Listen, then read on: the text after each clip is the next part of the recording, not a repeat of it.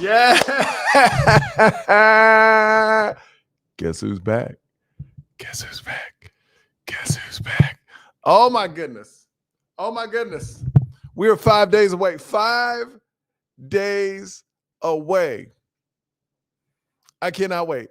I cannot wait. 5 days away. Miami Hurricanes, Notre Dame.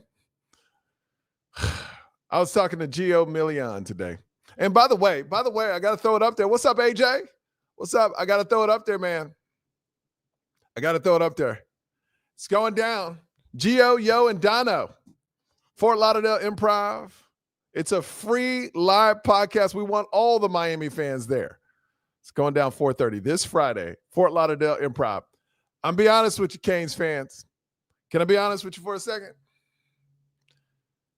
Me and Dono and Gio, we were like, hey, man, if 20 people come, 30 people, we're good. We're good. I'm not going to tell you the numbers, but it's way better than that. And this is what I'm worried about because I know Notre Dame fans. You know, I've been talking a lot of ish to Notre Dame fans, and I invited Notre Dame fans out because I love in a very peaceful and fun way, us poke fun of each other. We'll put some Notre Dame people on. We'll put Miami Hurricanes people on. I have this fear, and I'm not going to lie to you, Canes fan. I have this fear that Notre Dame people are going to flood Fort Lauderdale Improv and try to take over our podcast. Not take it over in a bad way, just be like, see, more Notre Dame fans came to your podcast than Miami Hurricanes fans.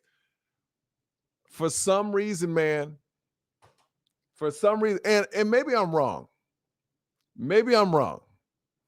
But if we got cut off today and the amount of people coming, I'll be good. Like me, Gio, and Donna, we were like, man, we love the Miami Hurricanes. We just want people to come out and enjoy it. We're going to do a podcast. We're going to take questions from the audience. We're going to have some fun. Maybe some ex-players will stop by, some big reporters. Who knows who's going to stop by, right? But this thing is starting to take off. And I'm not like saying it's crazy or anything, but we expected 20 to 30 people. And it's way bigger than that. And my fear, and it's not a fear because it would be so funny to me because, you know, I love to talk ish. This is comics on camera. I like to poke fun. And I just had this thought today when they told me how many people coming right now. And we still 3 days away from people RSVP, and you must RSVP. MichaelYo.com. Just go to MichaelYo.com if you haven't. It's 4:30 on Friday. It's right on the front page, MichaelYo.com. I just put the link right there. I was like, what if Notre Dame people flood our event? First of all, that'd be amazing. Second of all, I think it'd be so funny. But Cane fans, you need to come on out. It's looking good. Let me go through some of these comments real quick. Bruh. In book. I talked about that last week. I was the first one. Right after I was watching the podcast when In Book said it. I reported that. Go back to my last podcast. I'll open up with that. He said it's louder than Michigan and UGA. And the noise we're going to bring this because we know how effective we are now. You know what it's like? If you've had a brother or sister, because I watch my kids do this. Once the brother or sister knows something annoys the other one, what do? They keep doing it. Now we know from In Book how loud, because we always knew it was loud that night, but to hear it from the quarterback of the other team finally admit, yo. That place was crazy. And you hear the podcast was like, well, it can't be louder than Michigan. Oh, no, bruh. Louder than Michigan. Oh, it can't be louder than Georgia. Dude, I'm telling you, louder than Georgia. Now we know. Man, let me tell you, that thing gonna be, if Miami Notre Dame was a 10 last time in noise, it's about to be a 20. It's about to be a 20. Because now we know how much we really can affect the game. And I was listening to Marcus Freeman today. You know I love Marcus Freeman. Look, I'm a big fan of Marcus Freeman. All you Notre Dame fans, you know all you Notre Dame fans, you know it, and Miami fans. I love him. Just because of the fact he's half black and Korean like me. I was watching his press conference, man. You know Marcus Freeman. Watching his press conference. He likes to stand like this. And he's just like, Marcus Freeman, why'd you pick Carr over Minchie? You see, well, I don't really want to say why I picked Carr over Minchie is because if I said that'd be negative, because no one take a job. No, sorry. My Asian side comes out sometimes. Sorry, that's my Korean side. I just want to say that no one take a job. I said, here job. You take a quarterback job. They said, no. I don't want to take a quarterback job. I said, no. You gotta take quarterback. No. You know, take a quarterback job. Why you know take job? It's right there. Be a leader. So, Marcus Freeman. So you gave a quarterback to. Well, I mean, statistically they were pretty much even, but yeah. I just had to pick a quarterback, and none of them. I mean, I don't want to say this out loud. This isn't on TV, but nobody really stepped up. No one stepped up. So we gave it to Carr because he has higher potential. And sir, how do you like your time at Notre Dame? What do you remember about it most? What do you think, Marcus? Well, I tell you what I remember most. I remember losing to Stanford when I first got here in 2022 in Marshall. And all you reporters saying I was the worst coach ever. I remember that. And losing to NIU last year. And then you're like, is Marcus Freeman the right coach? And then we went to the national championship. And then all you reporters, you're like, oh, you such a good coach now. Oh, you on my jock now. We go to championship, you're all over jock. Well, you talk crap then, but now Marcus Freeman, perfect coach. Well, let me tell you something. We not trust you. We not trust all you reporters that like me. We don't trust you. You same reporters say, oh, he back coach. He lose to Stanford. He lose to Marshall. He lose to NIU. Oh, we not trust you. We not trust it. Oh, sorry about that. That was my Asian side. That was my Asian side. I apologize. Sometimes it's Korean. Just comes out. Sorry about that. But I watched Marcus Freeman today. I should do a Marcus Freeman press conference. I should do Friday night.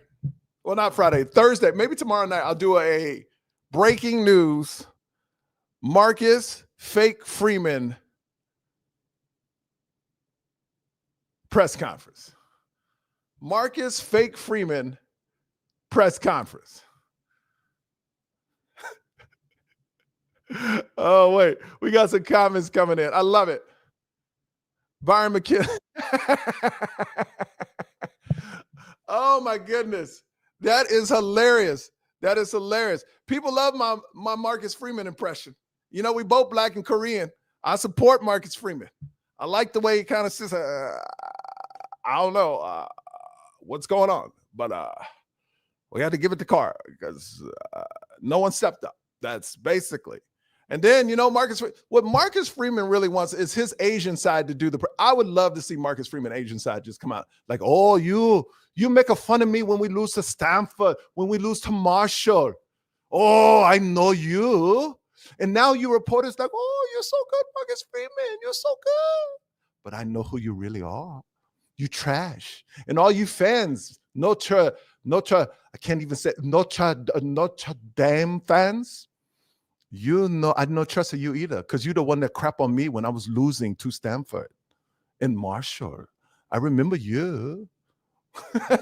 So tomorrow I may do a Marcus Fake Freeman press conference and I'll dress up in the Notre Dame thing. I'll turn the Notre Dame person upside down. And I think it'd be hilarious. But now we got to get into real football, people. And that's why I had to ask my dude, Gio Milian, in the building right now. What's up, Gio? How are you, man? What's up, Mike? We're only a few days away from game day, man. This is fun and exciting times. Gio, let me tell you something. And we say this every year, Gio. We say it every year. I have never been so excited for a first game because it's Miami Notre Dame, first of all, right? And we're going to talk about the strength and weaknesses. This is an honest conversation. Look, the comedy part, that's why I started before Gio came on. I did my little comedy sketches, but this is going to be real football talks to Notre Dame fans that like numbers and real stuff. This is that podcast for y'all. I'll crack jokes every once in a while. But what I love about this is that, like Marcus Freeman, I watched this whole press conference. Like he said, they're basically playing the same team. I mean, if you look, it's kind of the same team, you know, in the strengths and weaknesses, besides quarterback, of course. You know, I know you're hearing a lot of things. Some stuff just broke with the Notre Dame depth chart. So you want to start with that? You start where you want to start, Gio. Well, I mean, the most obvious one throughout the beginning of the week, as you were mentioning before I got on here, Marcus Freeman announcing that CJ Carr is Notre Dame's starting quarterback. And then today he was asked about that decision, and he kind of came to an ultimatum on that, where he said, yeah, you know, I kind of just went with my gut feeling. So then Miami fans went into a rush and saying, oh, you went off of a gut feeling, not what you're seeing on the field or whatever. I think sometimes coaches get caught up in coach speak every now and then. They try to be coy with the words and whatnot. I know from speaking to someone that is around the Notre Dame program pretty frequently, Carr was sort of the better passer among the two quarterbacks. Minchie's more the athletic dual threat type. You ask me personally, I think Miami's going to see both of those quarterbacks on Sunday. You know what? I agree and disagree. I think they will see both because I don't think Carr's going to play well. Because to me, and we know, and this is just and I hate to talk about history of Miami, but we've seen what a dual threat quarterback can do to a Miami defense. And it happens every single time. They're a Heisman candidate after our team plays them, especially if you can run. The best scenario, and why I thought they were going to go with Minchie, I thought that coaching staff would be smart enough to know if you're going to put a quarterback in there that's a pocket passer, he can run a little bit, but that just benefits Miami because Bain and Messidor coming on the end, even Marcus Freeman was like number 3 and 4, ridiculous. You won't find a better pair in the country. Even Marcus Freeman said that. So I think it's an advantage Carr is going to be playing quarterback, and I honestly don't think Carr will make it through the whole game. Not because he gets hurt. I think he'll get pulled. Look, I don't think you're entirely wrong with that statement. I don't want to get too ahead, but yeah, you got to look at it from the perspective of CJ Carr has never started a college football game. He's never thrown a pass in a college football game. The other kid, I think when I had checked during this offseason, he's only thrown about maybe 4 or 5 career passes out of, I think he's like a redshirt sophomore this year. He's been in college about 3 years. Neither of those guys have that much experience at all, actually. So it's not far-fetched to say, you know, what if one of them does bad? Does the other one get thrown in there? Of course. I think I see it from a perspective of game planning. A lot of Notre Dame's bread and butter last year was read option, quarterback draw, just power run game. And you don't have Riley Leonard anymore, who's off now to the next level. And Minchie brings that element. That's what I see, that I think that Miami could potentially see him in some other aspects, whether it's like 3rd and short or just red zone, goal line situations. I think that can come into play. Okay, so let's go through the strength and weaknesses. We'll start with quarterback. I think we both agree Miami has the upper hand in that. Yeah, I definitely 100%. Not even close. To Miami. It's not even close. You're talking about Carson Beck, the most winningest quarterback returning to college football this season, 24-3 in the SEC at Georgia, 2-year starter, played on a national championship team right behind Stetson Bennett. He has plenty of experience. Okay, now let's go to running backs. I don't think the national media, since Love is a bigger name, and no disrespect to Love, he's a fantastic running back, and so is Price. But I don't think, I've said this before, I think it's hard to be elite when you don't get a lot of carries, because elite is attached to 200-300 yards a game, like an Ashton Genty. It's hard to do that when you get 15 carries a game. And this is no disrespect to Mark Fletcher or Lyle or even Marty Brown. They're not going to get 20, 30 carries a game. So it's hard to be elite. Where Love, if he's healthy, he will get a lot of touches, more than a Miami back. And everybody's saying he'll go first round. But I think Miami's running back room is underrated, not talked about enough. I'm not going to say they're better than Love, but what I'm saying is they'll handle their own against that defense. I think so. Here's why I'll agree with you on that as well. Jeremiah Love gets a lot of praise, and rightfully so. He's a talented back. I think he's more so one of those type of backs where you'll see him hit maybe a 4, 5, 3-yard run a few times, but you got to be careful and contain him because on one of those runs, he could pop for 70, 80-yard run out of nowhere. He's that like lightning bolt in terms of like what you have to game plan for. So Miami's linebackers have to do a tremendous job, and even Miami's defensive backs in terms of tackling on the perimeter, because he could jump cut it outside and he could be gone in an instant. He's got that track speed. So when it comes to Miami's running backs, though, look at last year. Mark Fletcher, 600, almost 700 yards, 10 touchdowns. Jordan Lyle averaged about 7.5 yards a pop. Shamar Brown was the Jerry Rice Award winner coming out of North Dakota State. I know Notre Dame's got another guy that's pretty good behind Jeremiah Love as well, which is Jadarian Price. Really good back. Both of those guys are going to be their kick returners actually on Sunday. With Miami, we'll see. Keelan Marion, the obvious expected one, but we'll see who ends up winning the spot as the other kick returner heading into the season. But do I think like from a ceiling perspective, maybe Notre Dame's got a little bit more there? Yeah, because Jeremiah Love has really proved himself last year, and he's a Heisman contender entering this season. But I think Jordan Lyle, just like his talent level, he is that very similar type of back where he could take any carry and turn it into a 75, 80, 90-yard run. He had a 91-yard run last season, which set a record at the University of Miami. And Lyle is a lot bigger now. I've seen him in interview. I mean, this dude is a different dude in the backfield. So I think, look, running backs will give the advantage to Notre Dame, but I also want to mention that Love only averaged 70 yards per game. Like, if somebody told you a running back is elite and they average 70 yards, 70.3 yards a game, you wouldn't be like, oh, that's an elite back. Well, here's my thing with that too, because it's been pointed out that he had his struggles against Georgia and 100% in the playoff, and he barely could even get over 4 yards a pop against those teams. I think what's also lost in translation there was he was coming off an injury coming into the playoff too, so he wasn't exactly 100%. I think also the type of team Notre Dame was last year, they really leaned on their defense. If you really think about it too, they didn't have the greatest passing attack. They were up in the hundreds in terms of like being a passing team. So they were a little one-dimensional, which that basically caught up to them when they played Ohio State. They played a team with a pulse on offense that had Jeremiah Smith, Carnell Tate, Emeka Egbuka, a bunch of talented guys. They had 2 NFL running backs on their roster, Travion Henderson and Quinshon Judkins. And Will Howard was no slouch either. He was a really good college football player.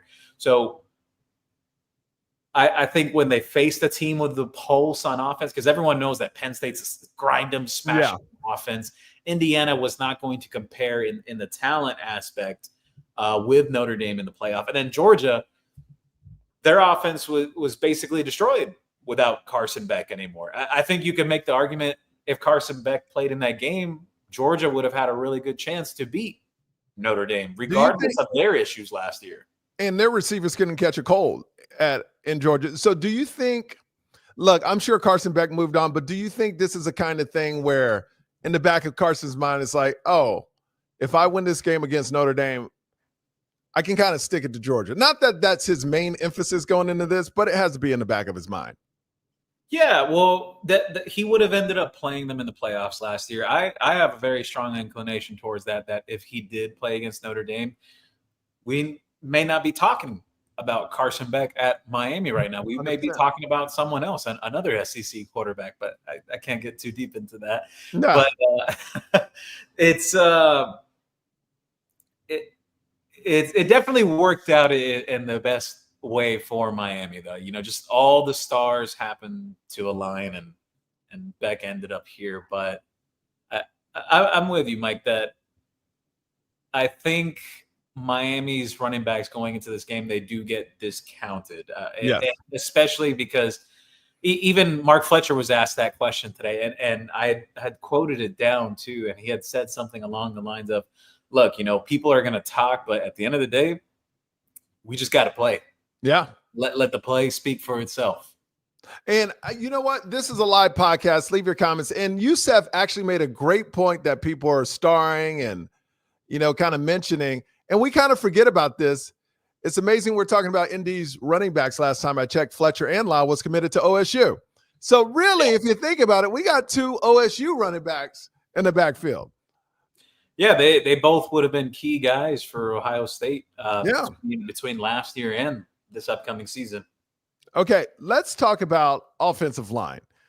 Is that a wash, or do we think – I think Miami's line is better. Miami's line's better.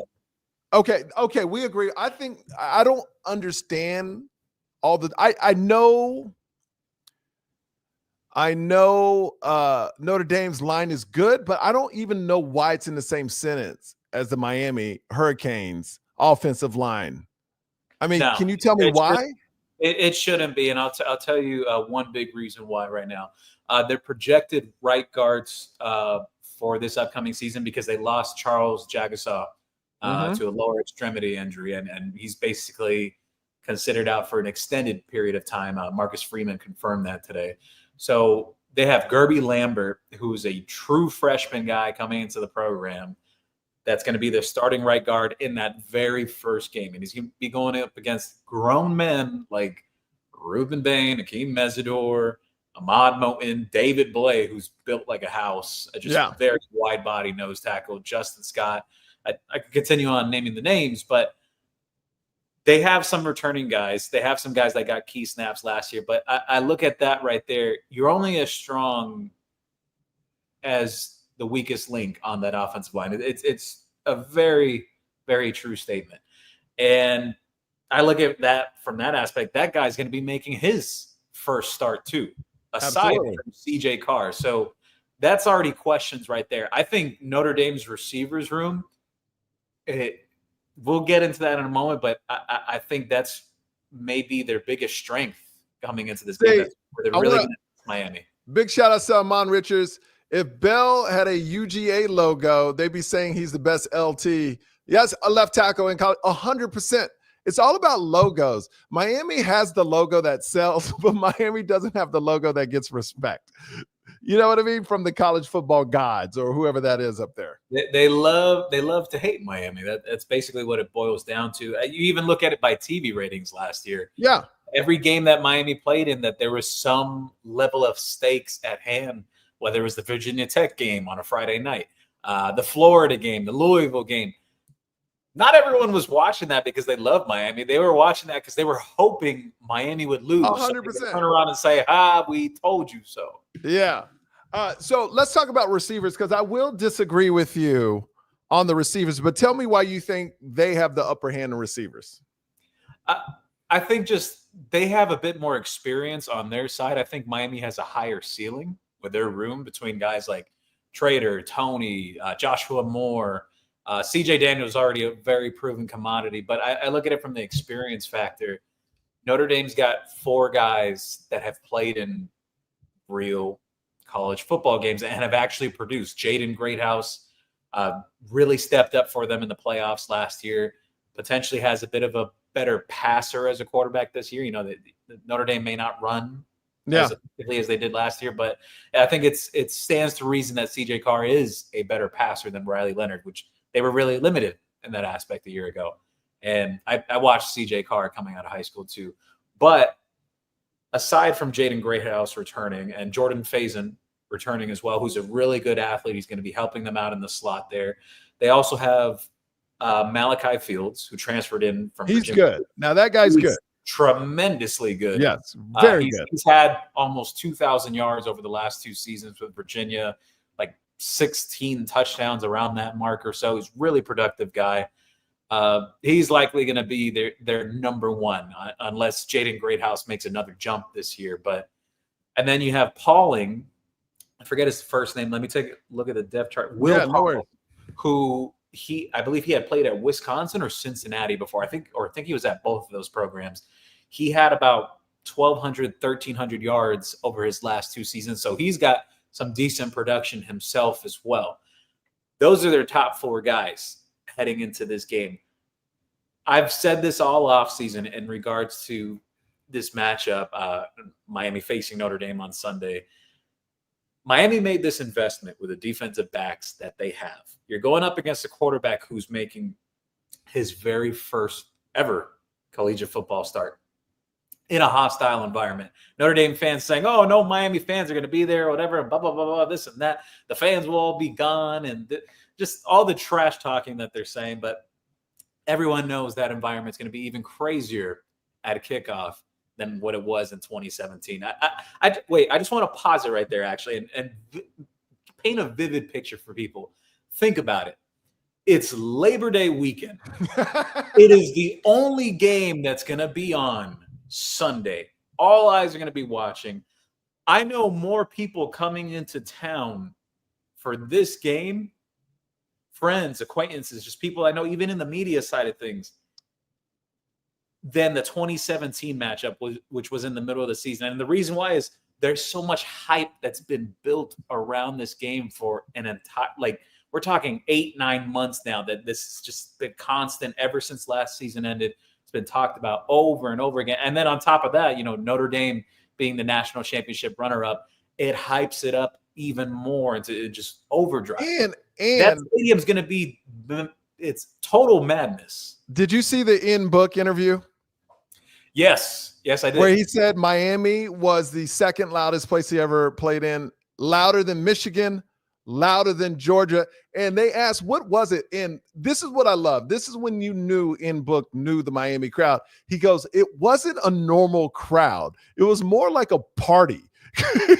Like that was just really loud and we couldn't hear anything.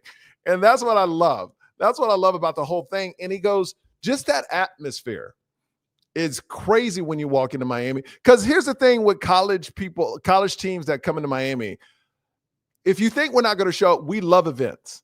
We love the event. If you need to be seen, we love those type of events. Notre Dame, Miami, a place you want to be seen. Now, another thing is a lot of people that don't go to Miami, this is a pro crowd. This is not, there's college, but this is grown people coming out. People that grew up going to the Orange Bowl when they were kids that are reliving that. So this is more like a pro crowd rather than a college all kids crowd that'll bail. You know what I mean? So I think that's the difference. And I love that Ian Book was so honest about it and said, hey, and he even said, it's when I threw that interception, they were like, here comes the turnover chain, because that's when it was big. You know what I mean? So, so receivers, this is why I disagree with you on receivers. Greathouse. You have receivers that haven't caught a lot of touchdowns. Greathouse scored 4 touchdowns last year, 2 in the national championship. He got his first one in the national championship when it was 31-7, right? So the game was already over. He got a second one when it made it 31-15. So those were throwaway trash touchdowns that they were playing probably second string. So really the guy they're banking on had 2 touchdowns all season long. Now, I respect the guy, what's his name, Malachi Fields, yeah. Malachi, 100% from Virginia. That dude's a beast. But the other receivers, man, it's not that I'd take our receivers over theirs. I just think their receivers aren't great besides Malachi. Well, that's why I said, in terms of Notre Dame, I look at it from the experience side of those things. Yeah. They have 4 guys that have truly played it. But they haven't played to a high level, though. They just played. Outside of Fields, yeah.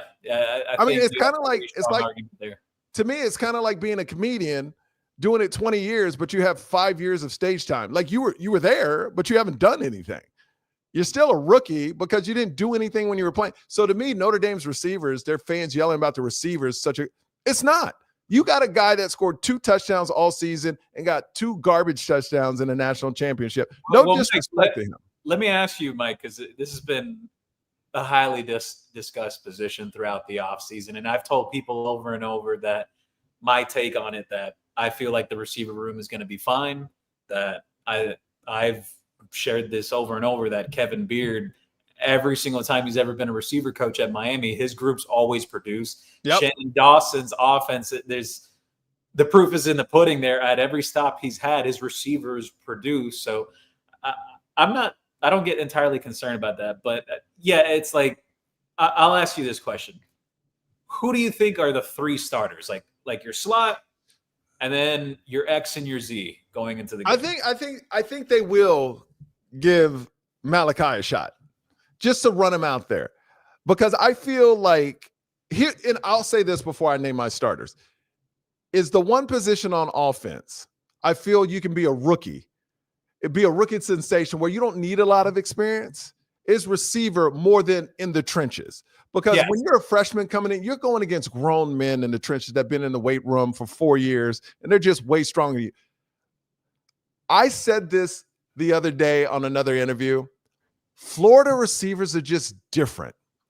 Like, they can come in and play. Malachi's supposed to be in high school, bro, and he's making noise. That's the level of Florida. Like, I don't care. I'm sure there are great receivers all around the country, but when you play in Florida in a position like a receiver, to me, a lot of those guys are like a freshman and sophomore in college, because their speed, just the speed is the neutralizer. If you got speed, if you can get off the line, which takes talent, once you blow by a guy, it don't matter how many years they got under their belt, you blow by him. So I think receiver is the one thing where you can be young and do really well. So I think Malachi Toney, I think just for being a veteran, CJ on the outside, just big body. I feel Carson Beck loves big bodies, right? And I think you're going to see Joshua Moore too. I think you're going to see him because he loves to throw the big bodies. I think Elijah is going to get a lot of balls. To me, he's the X factor. To me, he needs to catch a lot of balls. Yeah. You know what I mean? And I think we win. With the defensive backfield Notre Dame has, I can see that. Yeah. So I think, he's a nightmare for anybody. I don't care if you're All-American. He's just a nightmare for anybody on the field. JoJo Trader, if he's healthy, I don't know. I haven't heard a lot about him. He kind of disappeared. You know, there were rumors he was hurt, and then he came back. You know more than me. He's good. So JoJo, I go CJ, Malachi, JoJo. That's basically the way I would put it too.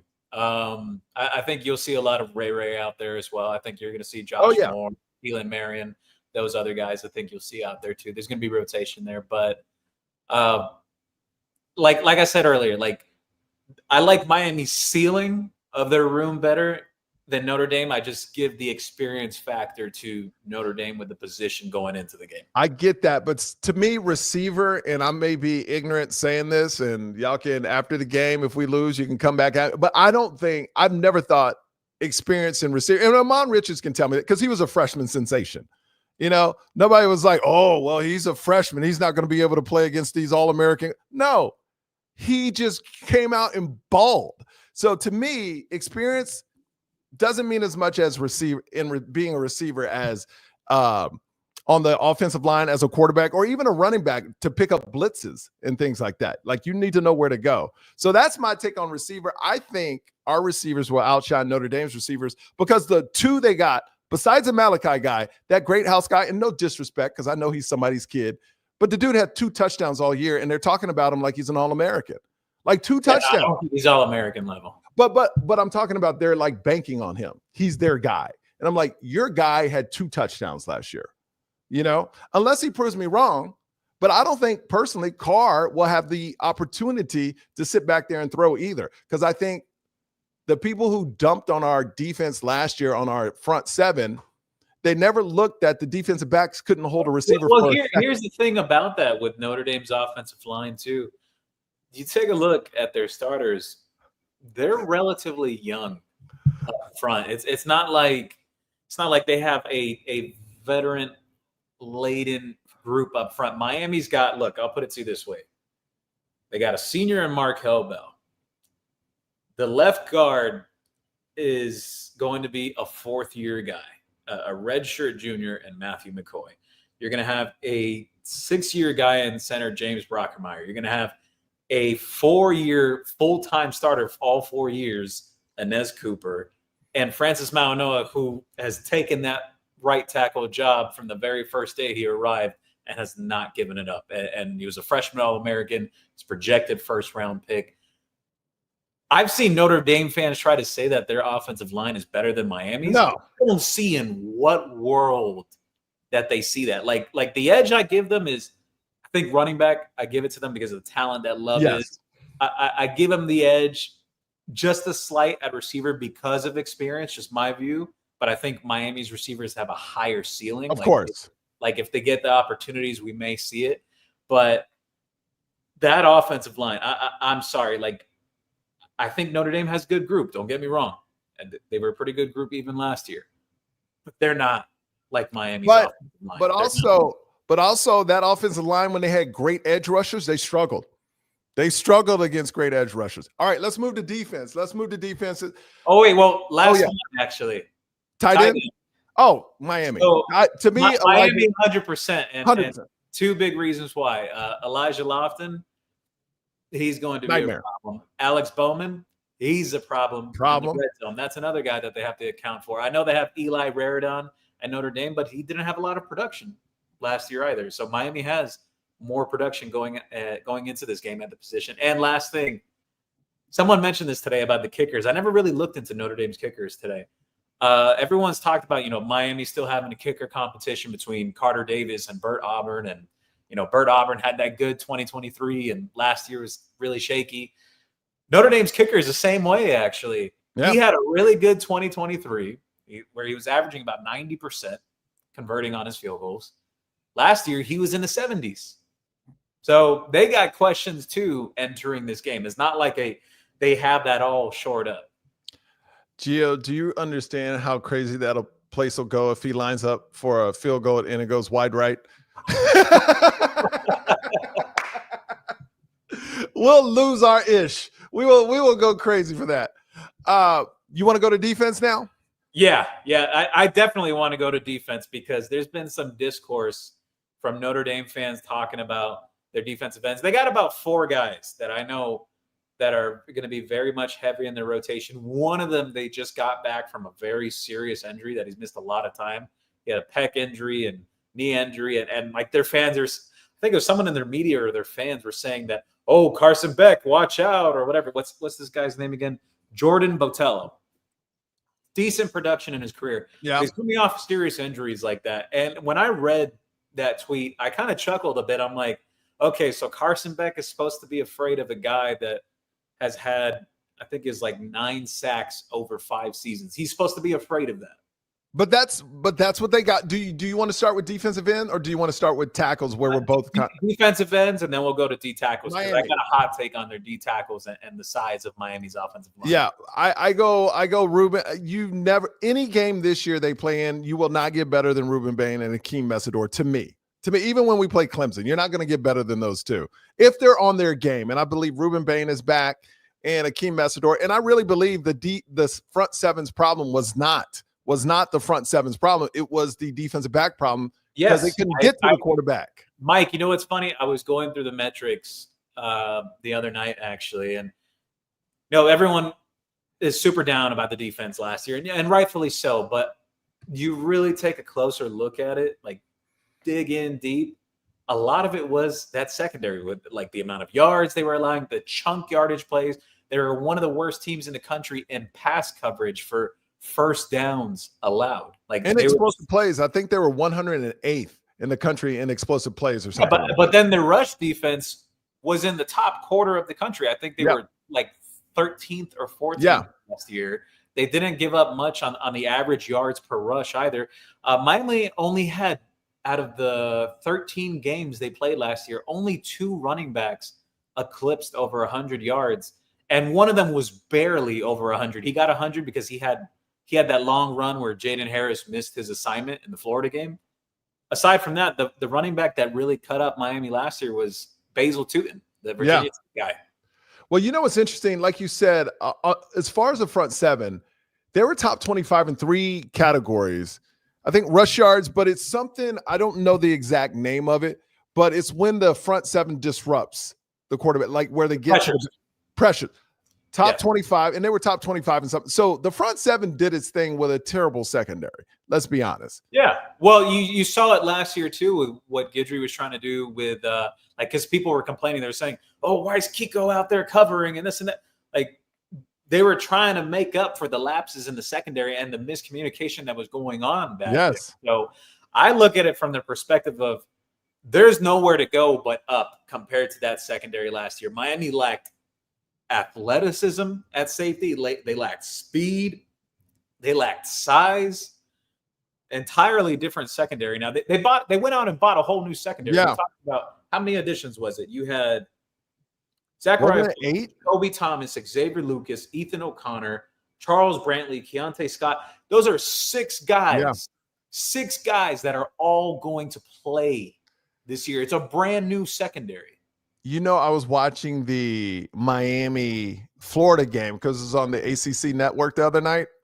And when their running back broke out and Jaden Harris took that terrible angle, and I was like, that's how slow our secondary was last year. Like, they any other criticism. Gio, we could have caught him with the angle he had. You know what I mean? All you got to do is take a better angle. But it was just my tight ends. Was the frustrating thing is like if a receiver burns you, fine, but when you can't catch a tight end, like that's when you know the secondary is way too slow. I don't think we're gonna have that problem. Oh, well, the California game that you're talking about. Yes, that Cal tight end transferred to Texas this year now, but I know exactly which player you're talking about. Where he came out on the wheel route. Yes, and Yanni Hill noticed it, but he just didn't have like the speed or athleticism to keep up. And that was so jarring to watch, to see a Miami cornerback not even have the makeup speed. Yes. For a tight end, that's scary. That's was scary. So frustrating. All right, so do we both say defensive ends? I'll let you go into your defensive end part. Yeah, I think, look, Ruben Bain, as long as he's healthy, he's going to have a big year. It's you'd have to be just not watching the games or like even last year, yes, he was hurt, but turn on the tape against Louisville. He was really good. Disruptive. Like, yes, he wasn't 100%, but he was still a good player. He's healthy now. He's trimmed down. Akeem Mesidor is at his best playing weight since the first year he was at Miami, and everyone remembers how effective he was then. He's back on the edge now, which that's where he should be playing. That's where he's been most effective in his career. Armando Blunt and Marquise Lightfoot are 5-star talents that have stepped up to the plate now. They're going to come in and fill in and help out. And I haven't even talked about Hayden Lowe or Malik Bryant, who has very valuable experience, has actually made plays in games. He made a game-changing play against Virginia Tech in a prime night game on a Friday night a year ago. There was one that was a tackle for loss, and there was another that he caught it was like his instincts on it. Like it was like a fake field goal attempt from Virginia Tech, and he blew up the play. Yep. So yes, Notre Dame has a good group at defensive end, but none of those guys have produced at a high level like Ruben Bain has before. Yeah. Or Akeem Mesidor. I give the edge to Miami there in terms of the pass rushers. And it's funny thing is there's a former Notre Dame quarterback who I've been going back and forth with, and other people have on X throughout this week. His name is Malik Zaire. He was backup quarterback at Notre Dame. He started at one point, then got benched. He ended up transferring to Florida his senior year, and he lost the job to Felipe Franks. He said something to some fan. He's like, "Oh yeah, nice pass rushers. Like it's not going to matter." And I cracked the joke. I'm like, man, well, like I guess he didn't play enough to understand how pass rushers can break a game. Oh yeah. Well, I want to move to defensive tackles because, they're saying we're inexperienced, which we are. But who do you think has the edge? Because Notre Dame, it's kind of new people there too. Or people that's not as established. I think they have a little more depth at least proven depth. Yes. Defensive tackle going into this game. However, Miami's bigger on the interior than Notre Dame is. And I'm talking about just both sides Yes. of the line, like offensive line and defensive line. Miami's guards and center are bigger than Notre Dame's defensive tackles. And I think that they do have, all right, so I watched this guy's tape throughout this week. His name is Donovan Hinish. He's undersized D tackle. He's about 6'2", 265, 270, but he's one of their projected starters going into this game, but they're mostly going to rotate 4 guys. Undersized guy, but I got to give him credit. Plays with a lot of effort, but yes, effort can go a long way to an extent. When you're facing off against a guard that's 6'5", 320, 330 pounds, and you are 6'2", 270, if that guard gets his hands on you, just the length factor and the size, you're done. You're done on the play. So I look at it from the perspective of Matt McCoy and Ines Cooper going up against these guys, or even James Brockermeyer, who's played a ton of college football. I think they'll present some challenges, Notre Dame's defensive tackles, but the biggest thing that stands out to me is the size. Yes. It's the size difference. Notre Dame averages, I think, across their entire line, it's 294 pounds. Miami's like 330 plus. There's a difference there. So do you give DTs an edge either way, or is it a wash? I'll give the edge to Notre Dame because of experience. Yeah, because of the experience. Miami, however, I like how Ahmad Moten has come along. I've heard a ton of praise for Justin Scott. They think he could become a national name this year. Maybe this would be a nice coming out party in this game, particularly just being disruptive on the interior, blowing up run plays. This could be a perfect opportunity for him to put his name on the map nationally in a game like this. David Blay, nose tackle type. After that, things get a little murky. Dante Simpson kind of figures as your DT4, but they're throwing in guys like Bain, Esvidor, Blunt, Lowe to fill in that too as after the top 3 at D tackle. So no, I like Notre Dame's depth better at defensive tackle. I like Miami's ceiling at defensive tackle, but I give Notre Dame I will give them the edge there. They have some guys on the interior, but with the caveat that they're smaller, though. I think it present a challenge. Okay, I know Notre Dame has their 3 linebackers coming back. They played together last year. They're a great trio. I mean, we got to give the edge to Notre Dame on linebacker, even though Mo and Wesley hasn't really lived up to what he should. I think this is the year. I think this is the year that I think Wesley is going to put it all together this year. There's been a lot of flashes, a lot of moments that people saying, man, he might be turning the corner. I think his last year, the things he's being asked to do in this scheme, he's not like one of those cerebral type of linebackers. There's different type of linebackers, like your cerebral guys, and then you got guys that are just athletic freaks or just who play tremendously downhill, like see ball, get ball. I think that really translates a lot with Wesley's game. That's what he's going to be asked to do a lot of in this defense. I think it's going to benefit him a lot. He's the biggest he's ever been since he's been here, 6'1", 230 pounds.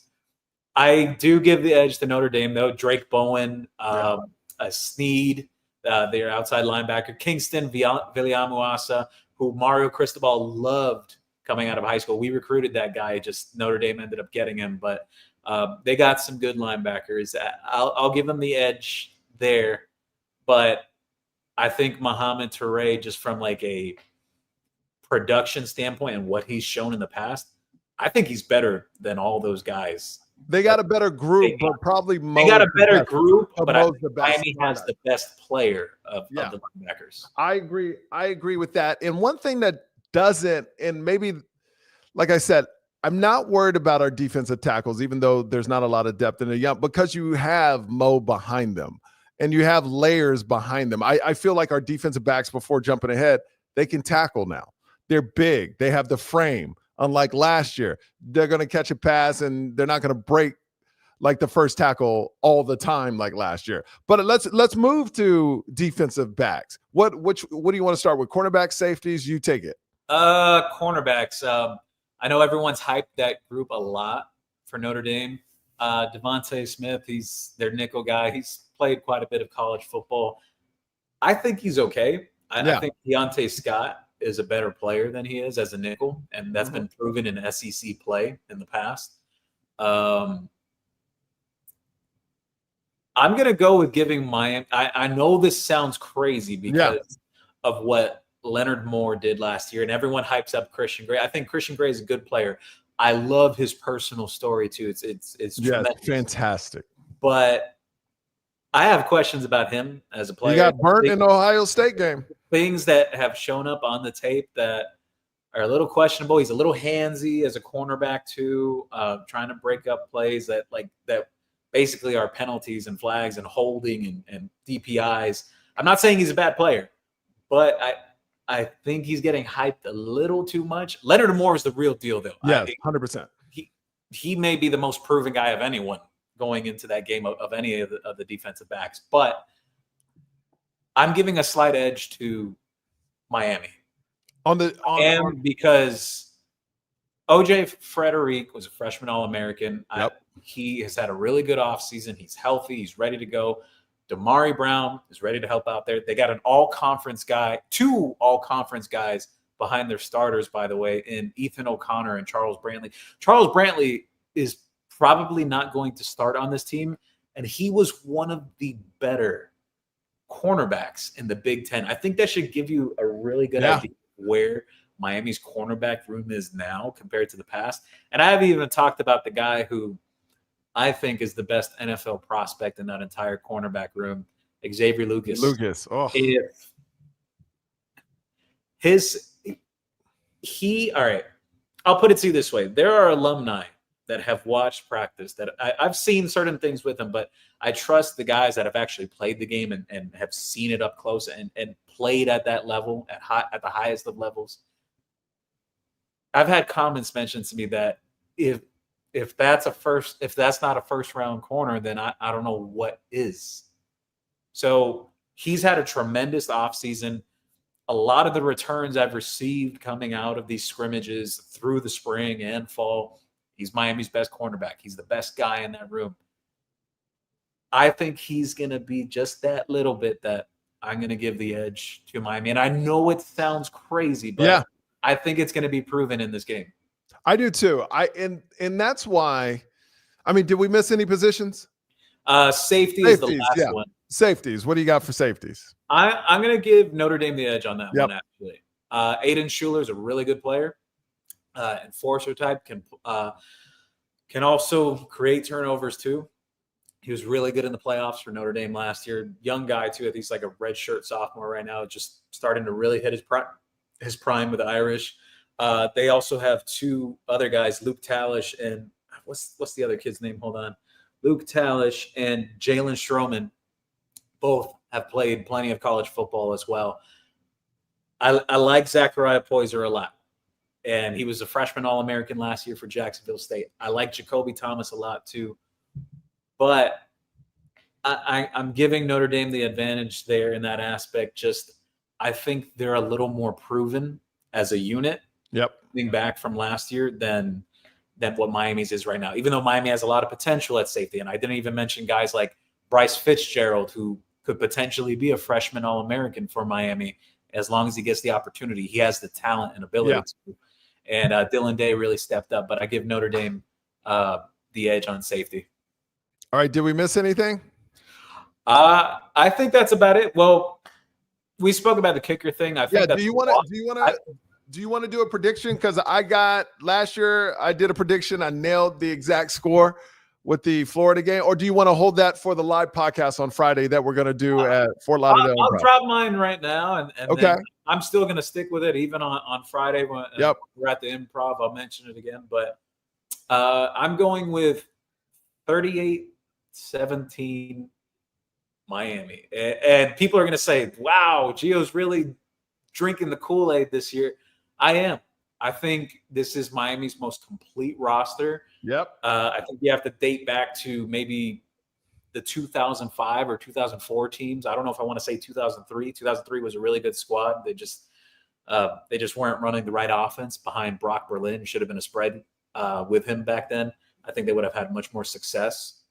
But just talent perspective and depth wise, I have my concerns at defensive tackle. I've said it all off season. After the top three, I get concerned there. But the way the roster has been constructed and the guys that have actually produced at the collegiate level and what they've done and the talent they've brought in and what that talent has shown early on, the mixture of everything and the depth top to bottom, I think it is the most complete and well-rounded team. Do I think last year's team on offense had a higher ceiling? To an extent, yes. But I think people are still sleeping a lot on Carson Beck. I think Carson Beck could explode in Shannon Dawson's system. I think people are discounting, the type of system that Georgia runs and then what Miami runs. It's very QB friendly. It's interesting. I was listening to Marcus Freeman's press conference today, and he said something very interesting. He goes, we had to scout Georgia just in case Carson Beck played. We didn't know. I mean, we knew about the injury, but we still scouted the team because he was in most of the film. And he goes, that dude is absolutely phenomenal. Of course, he's not going to say he's trash, but he goes, with Cam Ward did Cam Ward things. With Carson Beck, he does great things. He moves the ball around. He takes the check downs. He finds open man. He's like a point guard, like an all-star point guard, basically. And how quickly he goes through his processes. It just processes things as well. That's the biggest thing that sticks out with him. I have some concerns in terms of him fitting the ball in like tight windows in the intermediate game, but I'm going to give him credit on one thing though, that I like a bit more about him than Cam Ward. I think Miami's going to have more of a deep ball game this year than they did last season. Mm-hmm. I agree because I think they got speed. I think I don't know. Marcus Freeman said it in an indirect way. Cam Ward is a dog, but Carson is more cerebral. Like he'll take the check down. So he really processes differently. He's like an NFL. He's like a those type of quarterbacks will break your back if you're not playing sound defense. Just the routine plays. And I know this sounds boring when people hear this. They go like, "Oh no, but Cam was exciting." I think they're both different types of players. Yeah. 100%. Now, before I get to my prediction, because I know I'm going to nail this one, got to remind you, it's going down this Friday, August 29th, 4:30. It's absolutely for free to get in. It was crazy. Me, Dono, and Gio, we were like, let's do a free podcast, Fort Lauderdale Improv, 4:30. Let's see who shows up. We were happy if 20, 30 people were going to be there. Now it's turned into a pretty big event. I think we're going to be happy, but I got to find your right panel. But what I'm nervous about, and I said this earlier in the podcast, Gio, I talk a lot of trash to Notre Dame fans. And I invited Notre Dame people out, right? I was like, I could totally see their fan base coming to this podcast, which I would love because I would love to get them on the air too for that point of view. Yeah. But it would be not embarrassing. It'd be funny to me if they came with more people than the Miami Hurricanes fan base. That would be like talk. And I had this thought. It was like, what if that happens? Because the numbers are great, Gio. I'm shocked. I'll tell you offline how many they're expecting. And thank you, Miami Hurricane fans. But I'm also like, is that a lot of Notre Dame people coming? Because I was joking. I was talking ish with one of these Notre Dame guys. He's like, we're going to show up. I was like, yeah, right. I got some people that reached out to me today that they're strongly considering going that are Miami fans as well. So I think it could grow a little more. I think it will. By the way, I'm on Paul's show on Big 105 tomorrow talking about the podcast. And I'm going to be in actually a news station. I think CBS or NBC is going to be coming out to be there for our podcast. So we're going to get a lot of press. Oh, yeah. They awesome. Reached out. Yeah, so it's going to be awesome. But here's what I think. And I'm going to give you quarter by quarter. I think what's going to happen is Miami's going to be so hyped, but I do think after the first quarter, it will be 13-7 Miami. I think it will get to 20-10 at halftime. I think after that, the game is over. Miami will lean. And I always said this. I said this a month and a half ago. I told you this, Gio.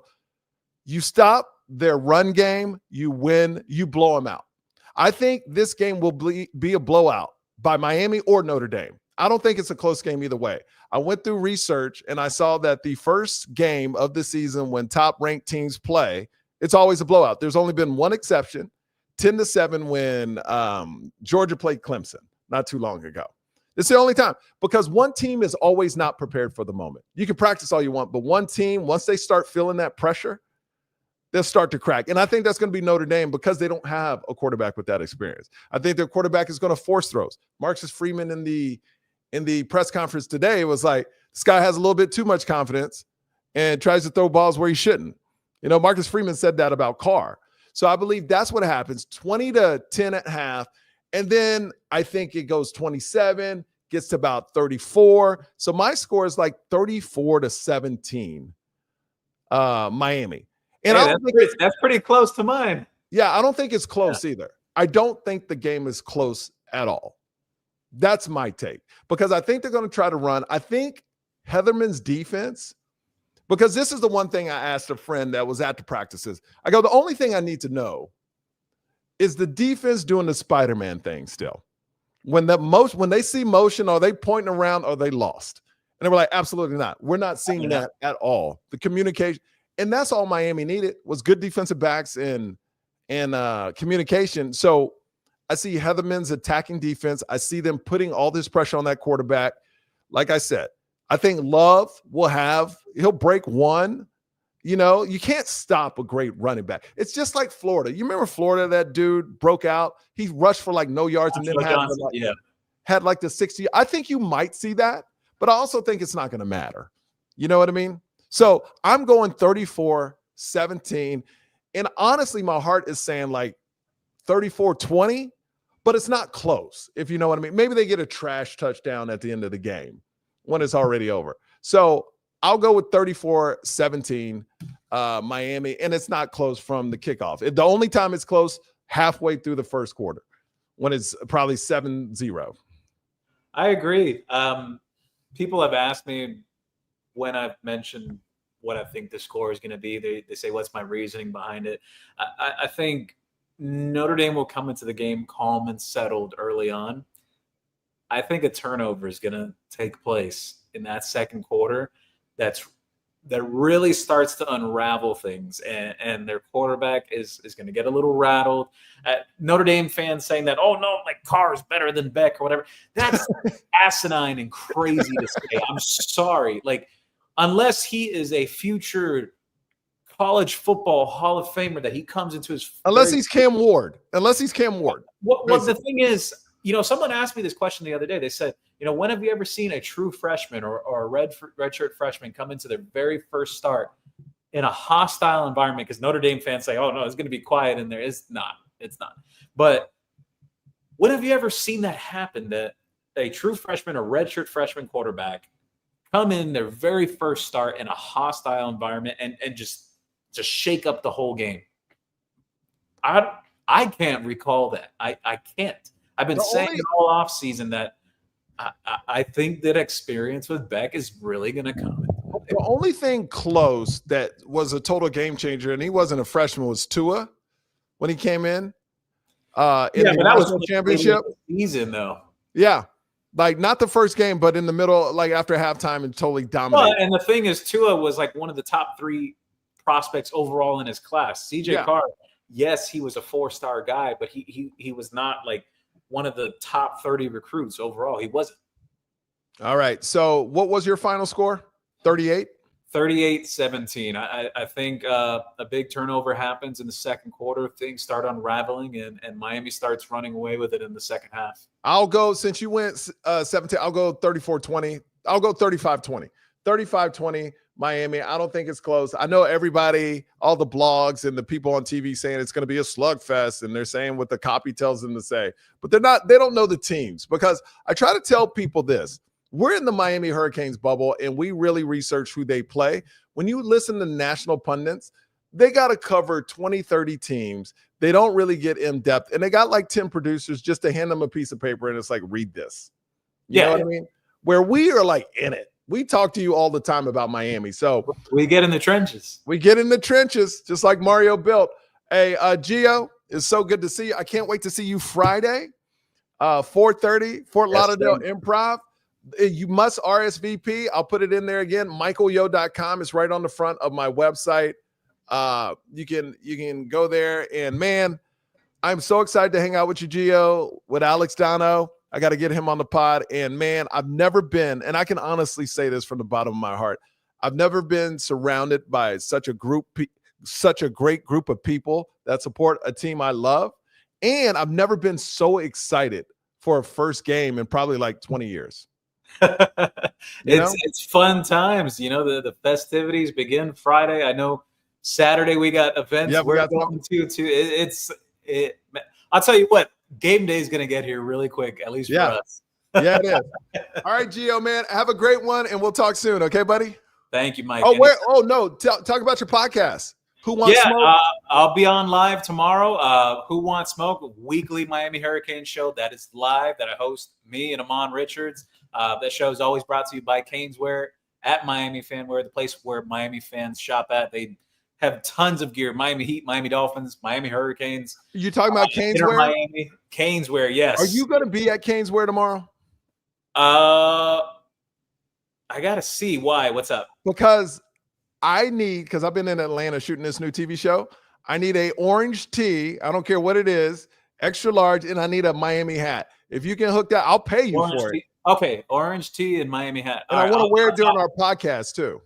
I'll talk with them. All right. Okay, talk with them. By the way, we got a question. JAA says, do you need a ticket to the Improv? No, you don't. No ticket. You just got to RSVP in the link. That's right. This is free for you guys. I have 2 shows after it, but you don't have to go to that.